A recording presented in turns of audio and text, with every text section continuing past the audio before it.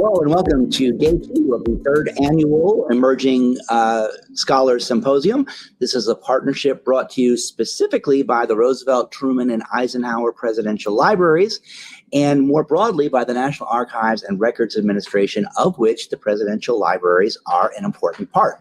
The Emerging Scholars Symposium is a program that brings you, the viewer, cutting-edge insight and information from a group of scholars who are new to the world of research, scholarship, and the presentation of their material on a national stage. So we're getting in on the ground floor of some wonderful young scholars, and I'm sure they're going to have some fantastic careers ahead of them. I'm Jeff Urban. I'm with the Roosevelt Presidential Library and Museum. I'll be your host and moderator, and I'm pleased to welcome you and to say thank you for taking the time to joining us today.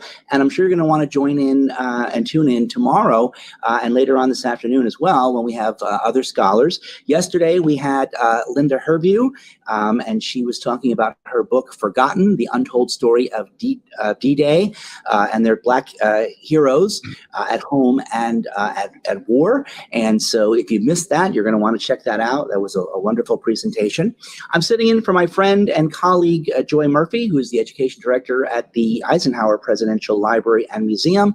And I am delighted to be bringing you the talented young scholars that you'll be hearing from today and then again tomorrow.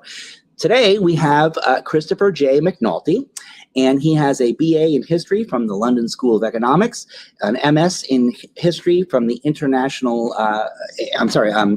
also from the London School of Economics, an MS in History of International Relations. He is a PhD student in World History at Northeastern University, and he is preparing to defend his thesis his dissertation later on this summer in August. So, Christopher, we wish you very good luck for that. And he's here to talk about he has a special interest in the special relationship between the Americans and Britons during World War II and in the post-war period. He has a goal to understanding how this relationship developed at the upper level and also at the lower level, sort of GI to GI. And he has a potential eye on maybe doing some teaching down the line. So, Christopher, welcome. Thank you for being with us. And please tell us about your work. Great. Thank you so much, Jeff. Well, good morning to everyone in Abilene. Good afternoon to everyone watching from Boston, and good evening to people in London. I feel very privileged to have this opportunity to share some of my work with you today. And I'm very grateful to the folks at the Eisenhower, Roosevelt, and Truman Presidential Libraries for putting on this symposium. So this year's theme is about difficult decisions beyond the battlefield. And I'd like to talk to you today about a decision that I think was more difficult than it might first appear. So my presentation is about the United States of America Visiting Forces Act 1942 and its importance in the context of Anglo-American relations. Now, the Act gave parliamentary approval to an agreement reached between the American and British governments, which was expressed through an exchange of notes between the US ambassador to the UK, John Winant, and the British Foreign Secretary, Anthony Eden, during the summer of 1942. Now, these notes granted exclusive permissions to the visiting American military authorities, the most significant of which was exclusive criminal jurisdiction over all American military personnel based in the United Kingdom. So this meant that if an American soldier robbed a bun from a bakery, he would face an American court-martial or military tribunal rather than be brought before a local British court.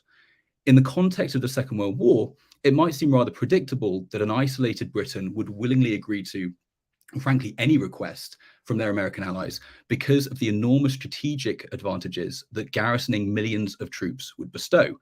In other words, it looked like an easy decision. However, if we consider the legal side of the matter, the decision doesn't look quite so simple. It amounted to a kind of extraterritoriality that for centuries had been a form of diplomatic subjugation and exactly the kind of demand that the British made on other nations. Of course, the war brought with it an assumption of temporariness on the part of the British, which mitigated any sense of juridical inferiority. But that inferiority was still keenly felt by British members of Parliament in 1942. What I would like to put to you today is the idea Then in addition to facilitating strategic considerations, the act was also an expression of amity within the special relationship, which is that often intangible sentiment of fraternity between Americans and Britons. The parliamentary debates on the subject are a strange juxtaposition of, on the one hand, strongly worded, legitimate concerns about the constitutional and practical implications of granting a foreign force its own criminal jurisdiction, and on the other hand, sincere and often gushing and obsequious expressions of kinship and friendliness. My argument that the Visiting Forces Act was a legal vehicle for the specialness of the special relationship rests on three premises. First, that the Visiting Forces Act was a constitutional rupture and indeed represented a significant departure and undermining of the British Constitution. Second, that the MPs who granted parliamentary approval knew and understood this and had a sense of these constitutional implications. And finally, that they proceeded anyway with a special relationship in mind. The Hansard parliamentary records evidence all three of these, as do contemporary writings by legal scholars. This research is based primarily on those parliamentary debates on the bill in August 1942, the reporting on it in British newspapers, and the commentary of legal scholars in the 1940s and 1950s. If we go to the next slide, I'll briefly set out the structure of this presentation. Thank you. So I'd actually like to start at the end and explain what I believe the broader significance of the Visiting Forces Act to be. Why should we care about this? Why does it matter that this law adhered with the specialness of the special relationship? And put simply, the reason we should care about this is that status of forces agreements abound in international law today, and the Visiting Forces Act was a crucial stepping stone in the history of their proliferation. I'll then give a brief history of the jurisprudence of visiting forces, including salient cases and agreements between Britain and the United States for the most part, but also relevant examples from other allied states. I will then get into the parliamentary debates around the bill in August 1942, and set out the objections that members of parliament raised during its passage, as well as the reasons that they acquiesced, emphasizing sentimentality. Finally, I'll go on a bit of a tangent to talk about a murder case and a trial in 1944, which is an example of a time when the act was waived by American military authorities, but still speaks to the remarkable kinship and sentimental closeness that Americans and Brits felt towards each other. Next slide, please. So to start at the end then, I'm going to explain the lasting significance of the Visiting Forces Act and the debates around it in 1942. Although the members of parliament that passed the act believed it would only be temporary, the Visiting Forces Act in some ways still governs the legal status of American troops stationed around the world today. This is because the Visiting Forces Act provided the blueprint for the NATO Status of Forces Agreement 1951, which is itself the model for all bilateral Status of Forces Agreements, or SOFAs, between NATO members today. So the Visiting Forces Act is a kind of legal grandparent. Next slide, please. So a SOFA is simply an agreement entered into by a sending state and a receiving state to establish the legal status of foreign troops. It's different from a visiting forces agreement, which only concerns troops that are visiting for a short period, not ones that are based there long-term or permanently. So American troops stationed in Germany or Honduras or Ghana or Korea are governed by these status of forces agreements. And this is significant because there are a lot of them, and most of them are American. So of 236 SOFAs in effect in 2019, the United States was involved in 98 of them as the sending state, which is more than 3 times as many as the next largest sender of troops to overseas bases, which is the United Nations. So this map on the screen was made by the historian Daniel Imvar to demonstrate what he calls America's pointillist empire. And it shows, although it's quite small, it shows the 800 plus overseas military bases that the United States controls. So these things are everywhere.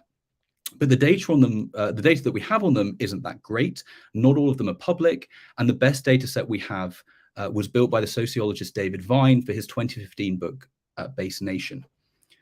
Legal scholars who have traced the genealogy of legal agreements between sending and receiving states suggest that the Visiting Forces Act was the first agreement that gave the kind of exclusive criminal jurisdiction that the United States still enjoys in many parts of the world today.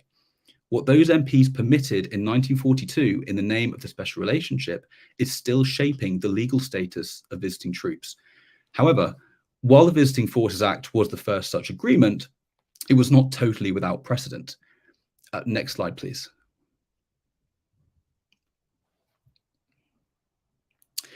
I'd like now to get into a brief history of visiting military forces. I'll start by delineating salient cases in the United States that explain American attitudes towards visiting forces in 1942, as well as relevant international agreements from the First World War and with other allies that informed the British approach. Just a quick word on the legal principles involved here. Very simply, the question of who should have juridical discretion over visiting military personnel brings two sort of competing principles into conflict. We have, on one hand, the principle of territorial sovereignty, which is now more commonly called low control, and on the other, the rule of the flag, which is now called high control. These ideas are fairly straightforward. Territorial sovereignty carries the expectation that a state will have total jurisdiction over any offence that violates its own laws on its own territory. And this is unsurprisingly the preference for receiving or host states. They want visiting troops to obey their laws. The rule of the flag, on the other hand, is the idea that wherever a visiting force flies its flag, it assumes jurisdiction over its own agents there. And again, unsurprisingly, this is what sending or visiting states normally push for. They want control and jurisdiction of their own troops wherever they are. And these are not necessarily mutually exclusive, since the rule of the flag can apply to matters of military discipline only and not necessarily criminal activity, but it has been difficult to keep them discrete. Next slide, please. So most scholars chart the first international contest over jurisdiction in the Schooner case, which was heard by the Supreme Court, the US Supreme Court, in 1811, 1812. To cut a long story about property rights short, an American-owned schooner was seized by Napoleonic forces while docked in San Sebastian in Spain in 1810. It was stripped, it was recommissioned, and then it was armed for war. Its former owners were somewhat surprised to see it docked in Pennsylvania the following year, and sued for the local authorities to seize it and return it to them. But the local court found it had no jurisdiction to do so, a decision that the Supreme Court upheld in 1812. The principal opinion, written by Chief Justice John Marshall, pictured here, essentially declared that when a nation's agents enter an allied foreign territory, they should be afforded the dignity of certain immunities. The opinion found that commanders of foreign naval vessels had authority to discipline their sailors and soldiers according to their own military codes within the context of their military duties. Whether or not this authority extended to crimes away from their duties was the subject of debate and wasn't settled in the Schooner case. And there were several subsequent cases after the Civil War that further entrenched this rule of the flag precedent. First was Coleman versus Tennessee in 1878-79, where the state of Tennessee attempted to try a US Army soldier for a murder committed during the Civil War under its own state law, despite the fact that he had already been tried and sentenced by a court-martial. Here, this court cited the Schooner case and found that a foreign army or fleet marching through, sailing over, or stationed in the territory of another state with whom the foreign sovereign to whom they belong is in amity are also, in like manner, exempt from the civil and criminal jurisdiction of that place. After that, we had Dow versus Johnson in 1879-80, where General Dow of the US Army was sued in a Louisiana court for property that he had ordered to be taken from the plantation of the plaintiff Johnson, again during the Civil War.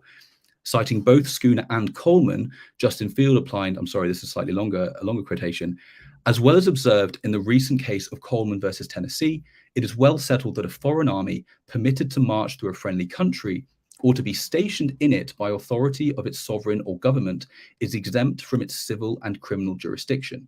The law was so stated in the celebrated case of the exchange, the Schooner Exchange. Much more this exemption prevail where a hostile army invades an enemy's country. There would be something singularly absurd in permitting an officer or soldier of an invading army to be tried by his enemy whose country it is invaded. Sorry, that was a long quotation. It's the same principle here, although in this case it was applied to enemy territory rather than allied territory. And there are a series of other cases affirming the authority of military courts, including Tucker versus Alexandrov in 1901 and Hamilton versus McClory in 1905. But the important point here is that American courts set a clear precedent and preference for rule of the flag understandings of territoriality for visiting forces, and that their relation to domestic criminal jurisdiction was vague and debatable. Next slide, please. If we move now from American court cases to international agreements, we can see that there is a long list of them, and I promise I'm not going to go through every single one. But the First World War was the first time that Allied powers had to decide who could claim jurisdiction and where on a large scale. Bilateral agreements with France and Belgium allowed Britain to claim legal privileges in areas close to the front line, while Britain refused to reciprocate these agreements for any Allied troops stationed in the British Isles. The Franco-American Agreement of January 1918 facilitated similar conditions for Americans, with the question of reciprocity, of course, not really being an issue. Rather than being determined by staunch commitments to certain legal principles, which is a claim made by the legal scholar Sergei Lazarev, I think that an argument for practicality is actually the best way to understand these agreements, because the scope of French and Belgian courts to enforce local criminal law during the First World War was very limited. And this was, of course, different to the situation in Britain in the Second World War, where the court system remained largely intact. In the interwar period, the Visiting Forces British Commonwealth Act set up concurrent jurisdiction between British courts and Commonwealth military authorities, which was very much the blueprint for the 1940 Allied Forces Act, which I'll come back to in a second. Meanwhile, bilateral agreements with Iraq and Egypt established complete immunity for British troops visiting those countries, whether in wartime or not. So the pattern emerging from the First World War was very much that the British were happy to demand exclusive criminal jurisdiction for their own forces abroad, but loath to grant it to forces visiting the British Isles. The Allied Forces Act and the Anglo-Czechoslovak Agreement of 1940 both continued this trend, as did the series of bilateral agreements that followed the Visiting Forces Act in 1942, involving both British and American troops, and there are a long list of those at the bottom of that slide. So the Anglo-Americans, as sending states, carved out exclusive criminal jurisdiction for themselves, but as receiving states, they refused to allow allies to take any jurisdiction away from their own courts, except for matters of purely military discipline and administration. So we have seen that from the American perspective, the precedent before 1942 was for rule of the flag understandings of military jurisdiction over visiting forces, with ambiguous applications to criminal jurisdiction. For the British, they claimed both military and criminal jurisdiction for their own troops posted abroad, but did not reciprocate. There was therefore a difficult decision to be made when the Americans were to demand what the British refused to give up. Where limited jurisdiction was extended to visiting militaries, as was the case in 1940, it was certainly not done so with the same conviviality that we were to see in 1942 with the parliamentary debates around the Visiting Forces Act. Next slide, please. So the Visiting Forces Bill was a big deal. As it was going through Parliament, the Times newspaper called it an epoch of jurisdiction. MPs, members of Parliament, published letters in national newspapers expressing various concerns, often in very sensationalist language, yet all the while acknowledging the compatibility of American and British civil and cultural life. So I'm going to set out some of these objections as they were voiced in the debates in the House of Commons, and I will then present the reasons for acquiescing, emphasizing pragmatism and sentimentality. And then I'll share some snippets from some of the speeches from MPs with wonderfully ostentatious names. Next slide, please. So when it was brought before the House of Commons in August 1942, MPs from both benches demonstrated understanding of the gravity of the bill's provisions with an array of legitimate complaints to the Home Secretary Herbert Morrison, whose role it was to defend the bill alongside Attorney General Donald Somervell. In addition to the objections that I've listed here, I'd like to add two more that inflected a lot of the parliamentary speeches. And the first was that the bill was little more than a fait accompli.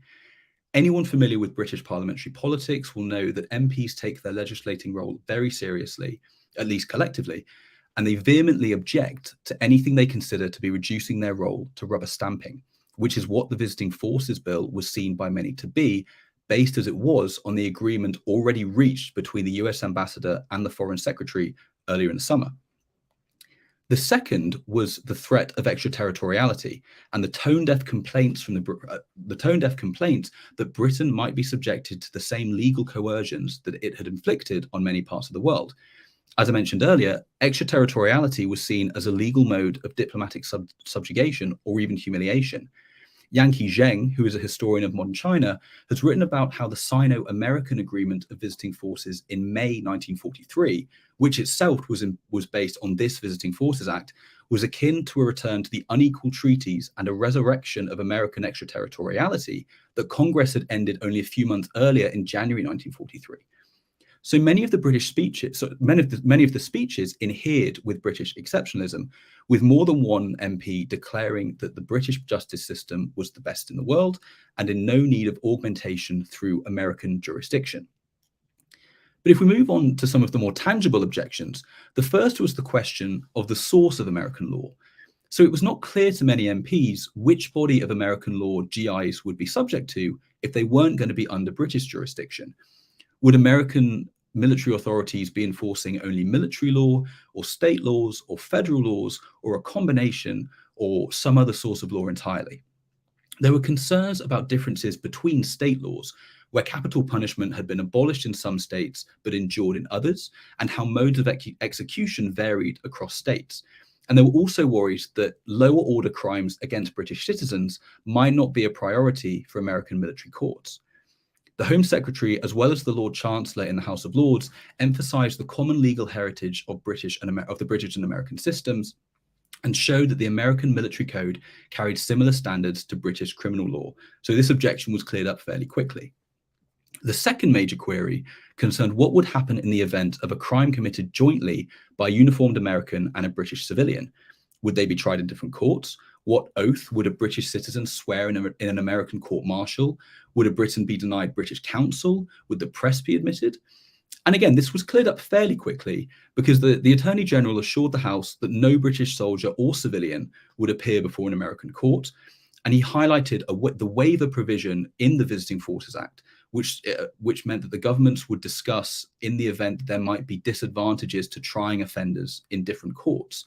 This was a bit more vague than the question of the source of American law, and the waiver provision was not something that the British government would be able to insist on. And we're going to return to this later with the murder case. The next concern was the awkward position that British police would find themselves in.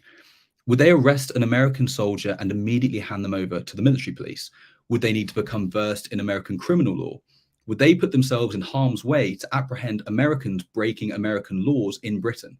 Would Americans caught in flagrante delicto by British police be more likely to resist arrest, knowing that they were not under British jurisdiction? And these were very legitimate, practical questions to which there were no easy answers. And indeed, the Home Secretary and Attorney General offered none.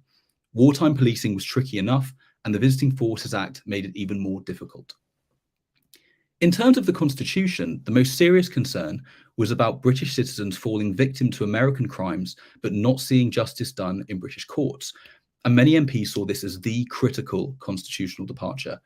MP Abraham Lyons proclaimed, "It is a matter of constitutional pride with us that when a man is tried on a criminal charge in this country, no matter how high or how humble he is, or what his rank or nationality, he gets the same invariable standard of British justice."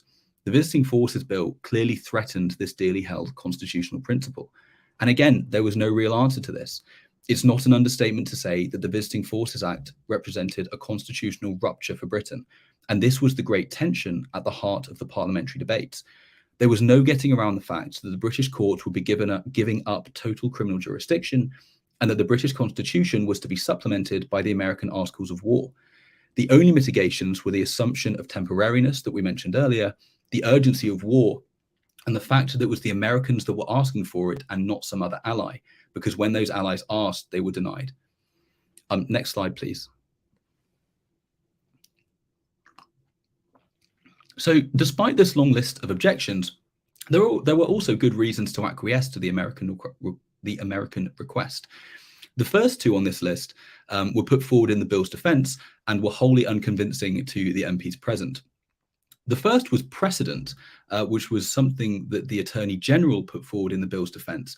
And he tentatively invoked a degree of hypocrisy, citing the claims that the British had made in the French during the First World War, which I mentioned earlier. But MPs scoffed at this precedence, one describing it as no precedent at all. They felt no obligation to show any consistency between what they demanded of their allies and what they were willing to give up to their allies. Another defense put forward by the Home Secretary was the idea of a double offense, meaning any crime committed by an American soldier would not only violate criminal law, but also damage the reputation of the American military. By not granting criminal jurisdiction to the Americans, the reputational damage would go unpunished. This was clearly something that the American military cared about, but perhaps unsurprisingly, British members of parliament didn't and were wholly unimpressed by this argument. A better reason was pragmatism. The sheer number of American troops that would be arriving in Britain throughout 1942 and 1943 meant that it would be easier for American military authorities to contain and administer as much of what we call the friendly invasion as possible. There was also the question of American legal representation in British courts. It would require a new, difficult layer of organization between British police, British criminal courts, American military authorities, and American attorneys that the Home Secretary indicated was an unnecessary complication.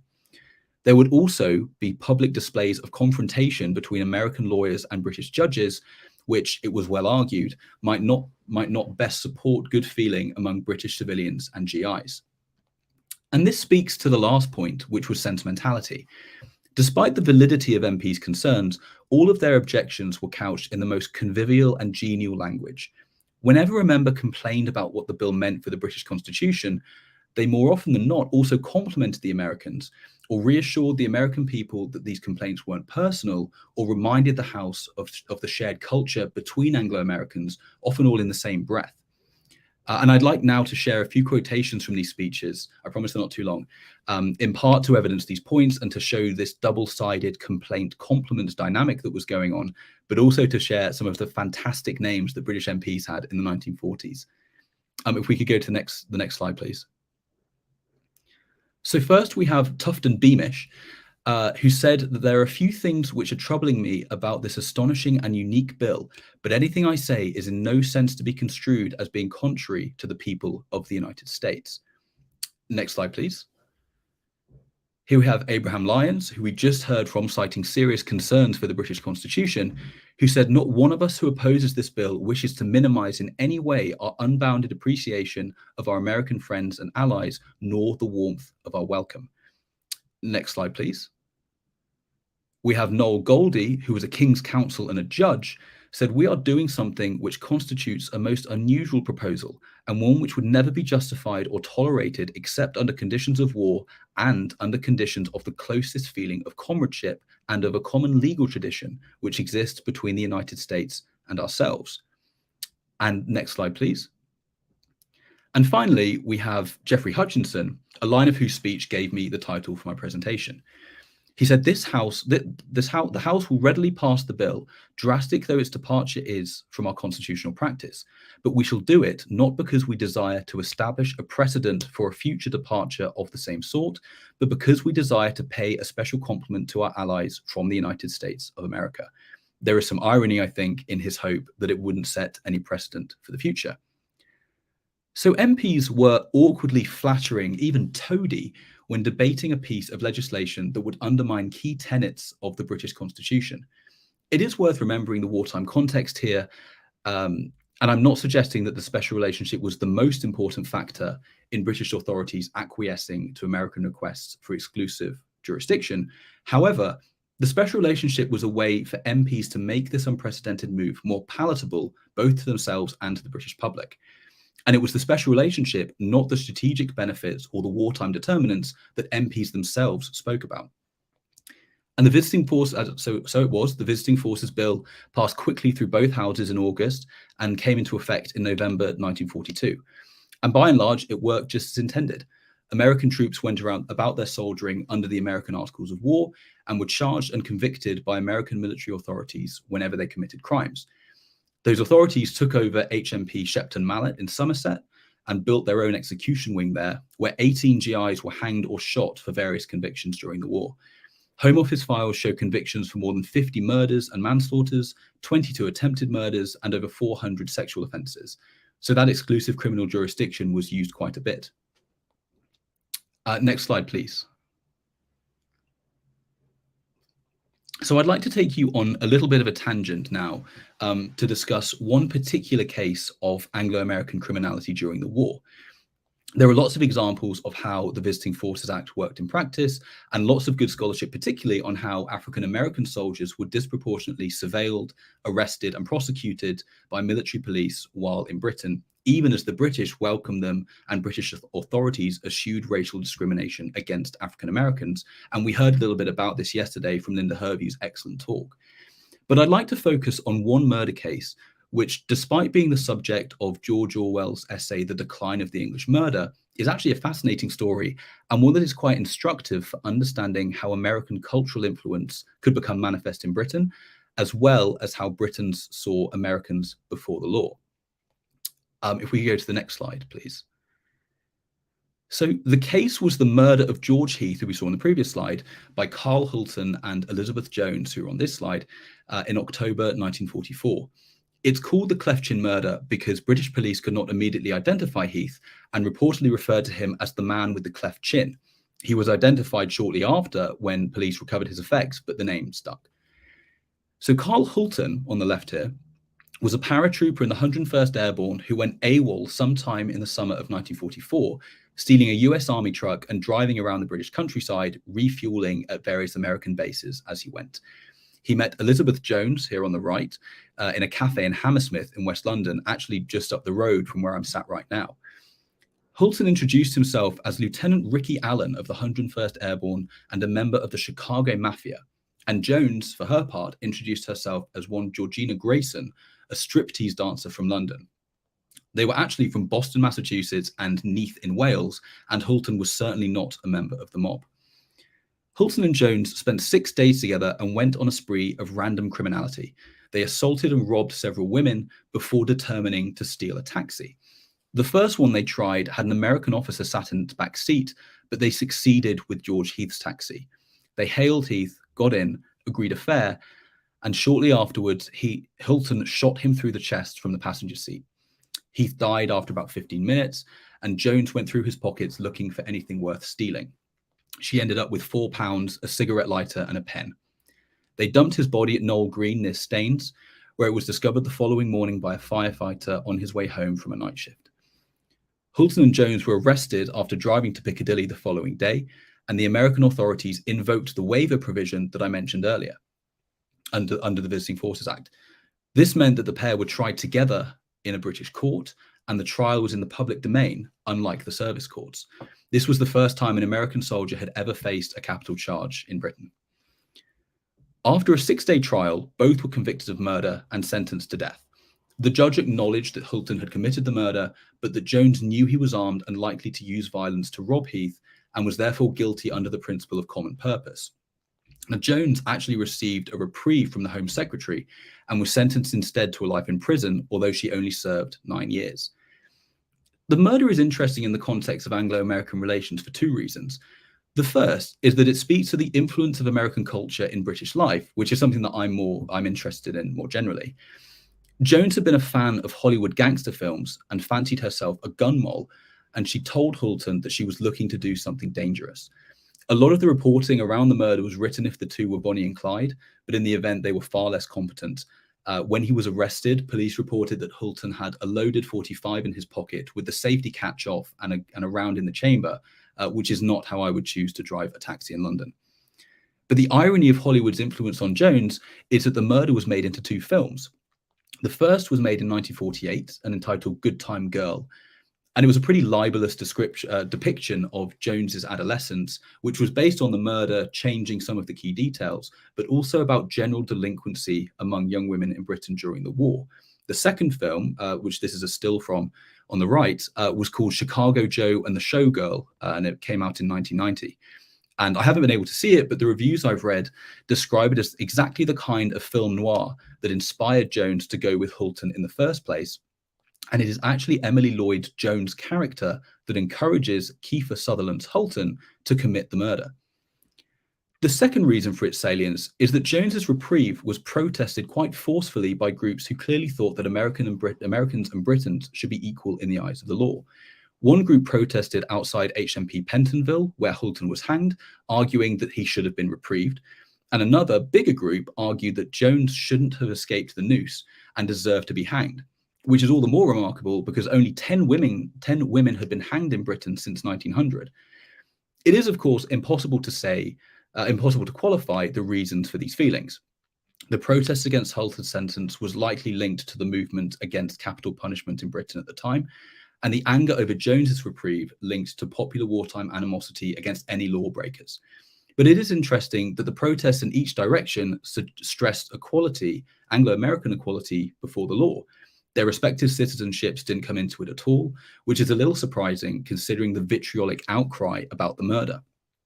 We can see the same sentiment here as that expressed in the quotation that I shared earlier from MP Abraham Lyons about British constitutional pride, no matter rank or nationality, criminals getting the same standard of British justice. And there is no sense here of any corrupting American influence, even though it had been Hulton who killed Heath, and no sense that he should receive a harsher punishment, even though, of course, in the end, he did. Next slide, please. So as I mentioned, the Cleftchin murder is an example of when the American military authorities waived their jurisdiction. But to return to the Visiting Forces Act, these are the main takeaways that I'd like to leave you with. The first is that it was a legal vehicle for the specialness of the special relationship. In addition to the strategic benefits, it was a way for British politicians to express in gushing obsequiousness amity towards their American kin, as well as to encourage friendly relations between British civilians and American GIs. The second takeaway is that it was indeed a constitutional rupture, a significant departure from British constitutional precedents and preference, and a difficult decision that would, I think, only have been made in the context of the special relationship. Even though it might be expected that MPs would pass the bill, it was still a very big deal, evidenced by how MPs professed enthusiasm alongside their legitimate, if hypocritical, reluctance. If anything, MPs should have been more critical of the practical considerations of giving away exclusive criminal jurisdiction, because the legal environment that the Act created actually took a lot of getting used to. Commentators continued to worry about the public perception of immunity for American soldiers that was cultivating in some parts of British society. And there were more than a few teething problems, especially for British police. A supplementary police order was issued in September 1942, intended to help police navigate the Act application, but it was constantly amended and re-amended up until the summer of 1945. Traffic offences and accidents were an immediate problem area, since American drivers had to abide by British traffic laws, which obviously weren't covered by the American military code. There were also lots of cases where American soldiers were witnesses or victims of road accidents, and so they were processed by British police, even though they were supposed to go through the local provost's office. And so in this way, British police actually found themselves accountable, in some respects at least, to the American provost, who made particular requests on everything from how British police should handle American deserters to how they should file their reports. I hope to continue to uncover more evidence of how the Act worked in practice, but hopefully this conveys just how complicated the process of granting exclusive criminal jurisdiction was and what a difficult decision it turned out to be. The final takeaway is that the Visiting Forces Act and the sentimentality that underwrote it laid the foundation for future international agreements around visiting forces, as well as concretizing the specialness of the special relationship, not only in the Second World War, but also in the post-war period. This difficult decision taken in the shadow of war had lasting consequences around the world. And with that, I will thank you for your attention and turn it back over to Jeff. Great. Thank you so much, Chris. Those of you that are out there watching virtually, if you have any questions, please put them on in there, and we'll be happy to present them to Chris. So thank you for your presentation, Chris. You know, it was interesting. I had never thought of this kind of a thing before. I mean, you say this is happening in 800 places around the world currently, and you know, you hear about different things, about sending troops and those kinds of things. But I'd never heard of a SOFA before. Why do we not hear so much about that? Why is it so new to so many people? It's a good question, and I suspect I've got a few friends serving in the American military, and I asked them who've been posted overseas, and I said, do you know what a SOFA is? Does this make any sense to you? And absolutely, my friend who's a Marine posted abroad, they are briefed on SOFAs. They are told what laws they are under, and there's actually information on the US Army website if you Google United States SOFAs. I think part of the problem is that, as my presentation probably demonstrated, this stuff is really complicated. A lot of SOFAs aren't in the public domain. A lot of them are published, but some of them aren't. Some of them are published only partially. But the other complicating factor is that this only applies to certain military forces, and the legal status of civilians who were employed by the army, or civilians who are posted in other official but non-military posts, they're covered by different things. So there was a case, I'm not sure if you heard of it, in 2019, where a British teenager called Harry Dunn was hit and killed. He was riding a motorcycle by an American, who coming out of RAF Crawson, and she was driving on the wrong side of the road, and it was very confusing whether or not she could claim diplomatic immunity. She did in the end claim it, even though she wasn't able to, and she was very quickly and quietly flown back to the United States on a United States Air Force aircraft. And that was a very tense diplomatic situation, but it was very confusing whether or not she could claim diplomatic immunity, because the agreement under the family relatives of, she was the wife of a CIA employee, the rules governing the legal status of relatives of CIA agents is secret. We don't know what that is. Those are agreements that have been made in secret and not published. So it was very confusing. So I think the fact that they are complicated and confusing is a big part why people don't know about them. So diplomatic immunity, though, that's different than the SOFA, right? Because that's diplomats that are there for an extended period, and this other the SOFA stuff you're talking about is I think you mentioned it's short term, basically. No, so visiting forces agreements are short term, and status of forces agreements are long term or permanent. So if you are an American posted to Germany to go and work in Ramstein or Vogelbay, you are governed by the American-German status of forces agreement. But you're right that it is different from diplomatic immunity, but it's all a bit cloudy and nebulous and confusing. What year was the cleft chin incident? 1944, October 1944. 44. So that happened roughly 2 years after the implementation of this SOFA, and that was the only time that it was waived, or was that just like the biggest time it was waived? It was by far the highest profile instance when it was waived, and that lucky for me as a researcher, means that it was held in the Old Bailey. It was widely reported in the British press and the American press, and so we have great access to it. Military courts martial, obviously, were held behind closed doors, and I think the thinking from the American side was that this will look really bad if Hulton is tried by a military tribunal, Jones is tried by a British court. We reach a different conclusion. So that, and also just that kind of that dearly held constitutional principle of seeing justice done in British courts would have been avoided. So this is definitely the highest profile incidence of it being waived, but I'm sure there are others.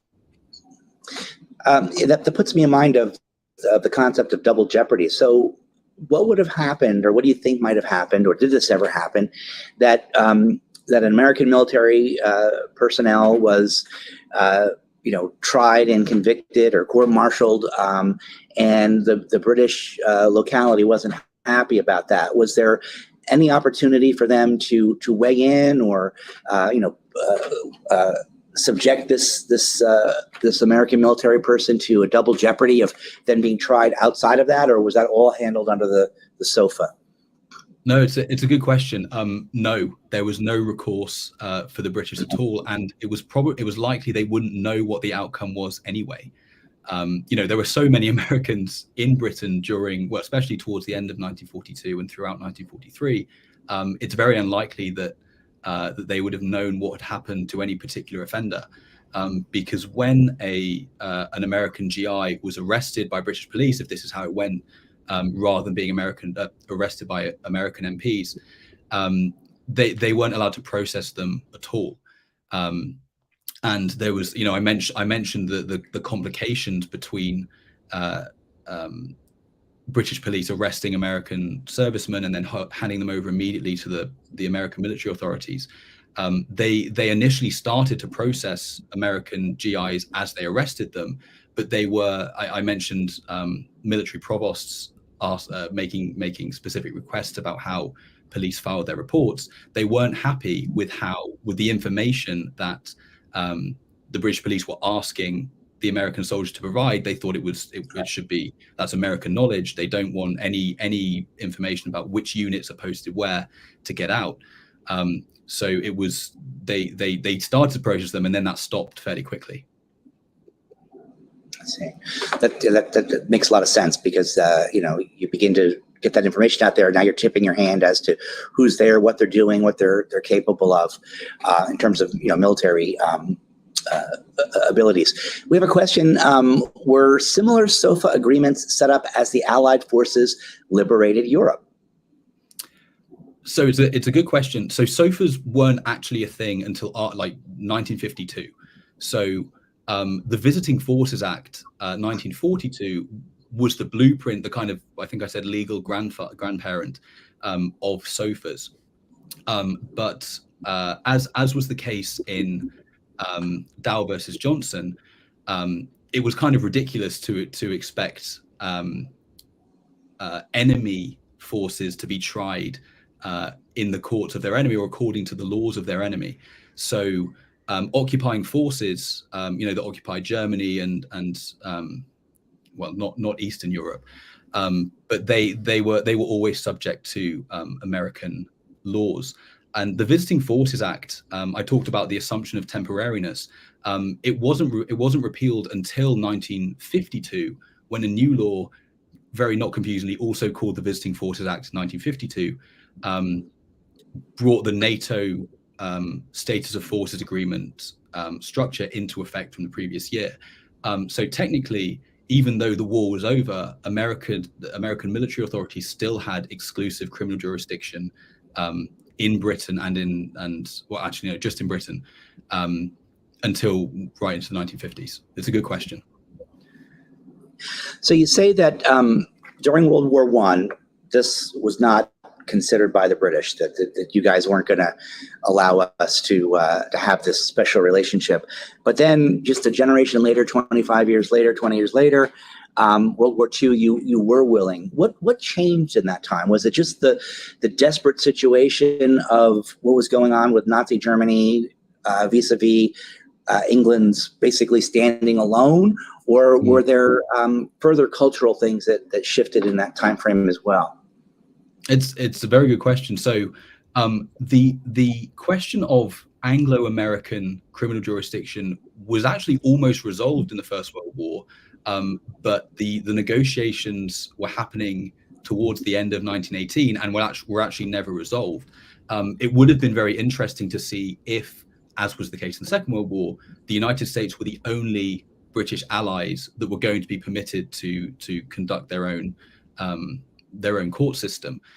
In terms of what changed, I'm not sure a great deal did change. I think there is this is kind of something that I'm looking at more broadly in my dissertation. But I think that the special relationship underwent a big change during the Second World War.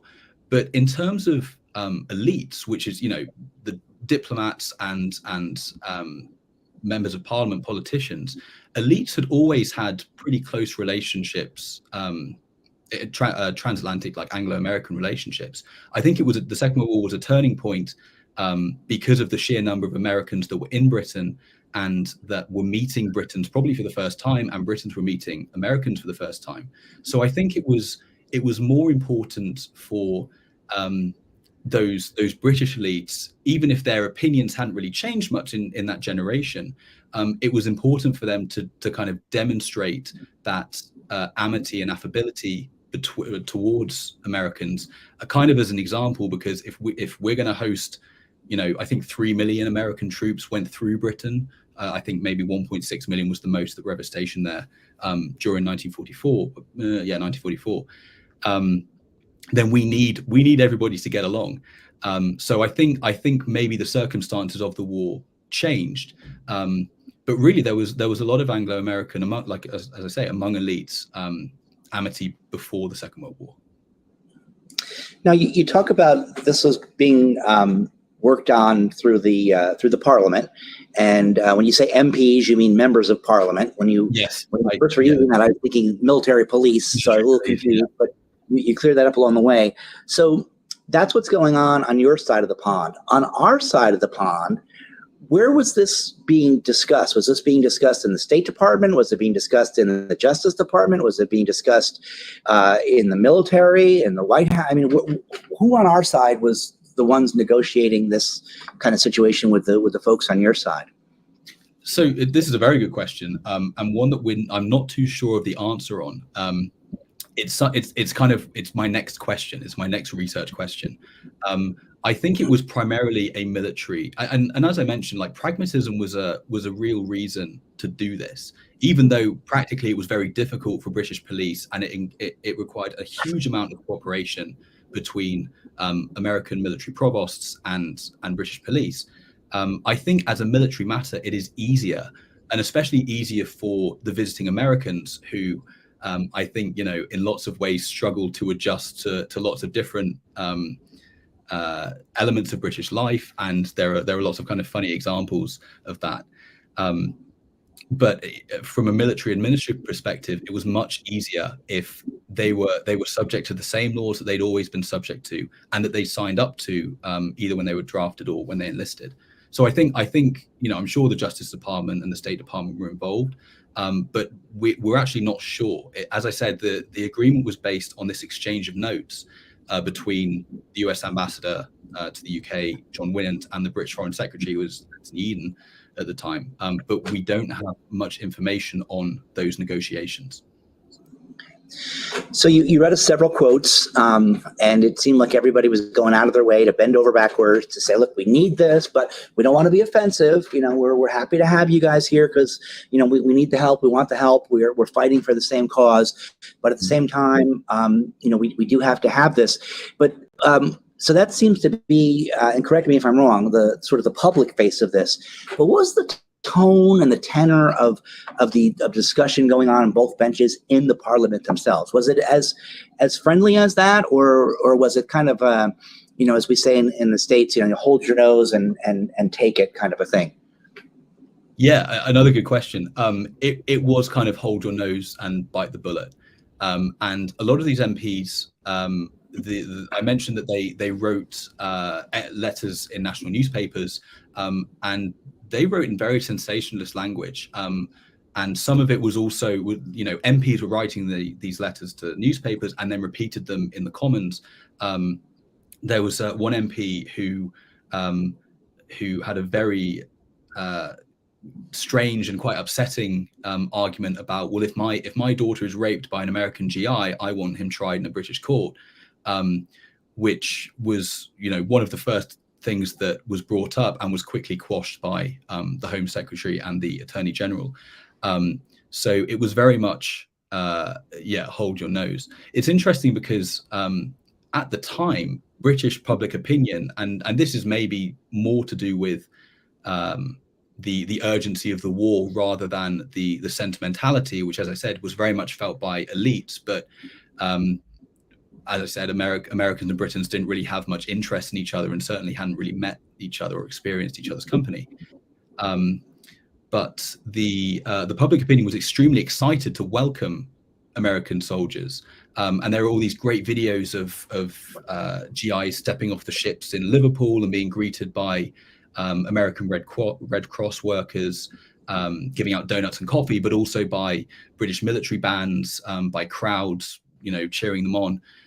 That opinion kind of ebbed and flowed throughout the war. I think to an extent, Brits got a little bit tired of the American presence, and there are various reasons for that.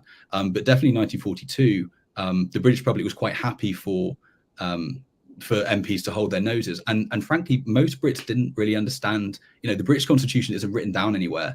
Brits generally have a very poor understanding of their constitutional rights.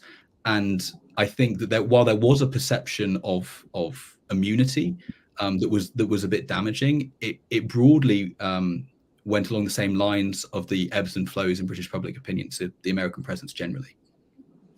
On our side, in June 1939, Franklin Roosevelt invited the King and Queen of England to the United States, and the idea, again, it speaks to your understanding of, we had the same cultural and historic sort of backgrounds, but we really weren't quite sure of each other and really weren't quite aware of each other. So by inviting the King and Queen of England here to the United States and here to Hyde Park, and the president served them hot dogs, the idea was to sort of break down the royalty to, these guys and gals are just like us, and we need to help them. We need to protect them. In the few minutes we have left, I want to ask you, where are you finding all this information? Are you looking in military records? Are you looking in court records? Are you looking in the records of the United States, of Great Britain? Where's all this information coming from? So a lot of this research I kind of undertook during the pandemic, and so it's very British heavy.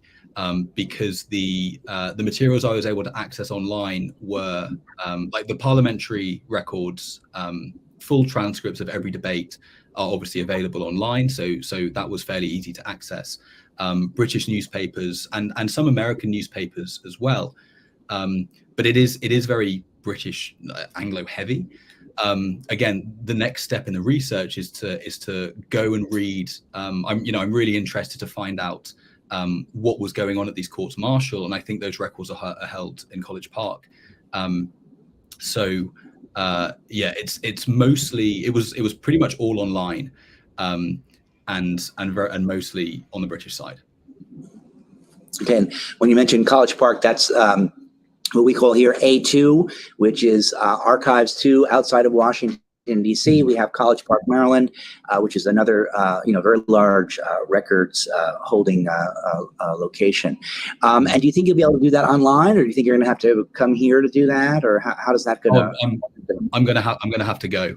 The problem mainly was that I've just passed my comps exam, so the last kind of 11 months I've had my head in books. Exactly. So now that I'm writing my dissertation prospectus, which I'm defending at the end of the summer before I start to write it, I need to, I'm in London on a research trip. Yesterday was the first day in years for pandemic reasons, but also some other reasons that I've been able to get into an archive. So I definitely plan to make the trip down to DC and to Maryland at some point, hopefully this summer, but we'll see about that. And do you think, Christopher, this will be a book? Do you think this will come to fruition as not just your dissertation, but an actual book? I hope so. It would be great. I mean, this work, the kind of legal side of it, is probably going to be the first chapter of my dissertation, and the other chapters are going to look at things like sexual relations between Brits and Americans, the approach to entertainment. So looking at USO shows. Bob Hope famously performed in the UK and was slagging off Winston Churchill, but also ENSA shows, ENSA being the kind of the British equivalent of the USO. Also youth, ideas about the future relationship between Anglo-Americans that was created during the war. And there was a great effort on both the American and British sides to make sure that British and American children knew about each other, knew what life was like on the other side of the pond, and we're going to cultivate long-standing friendships between each other. So I hope that that will be that will sum in, you know, the dissertation to book kind of trajectory always changes the project quite a lot, I think. Yeah, sure. But I would hope that it would be a book one day. Yeah. That sounds fascinating to step from the legal stuff to the cultural stuff to the sexual stuff to the just getting to know each other kind of thing.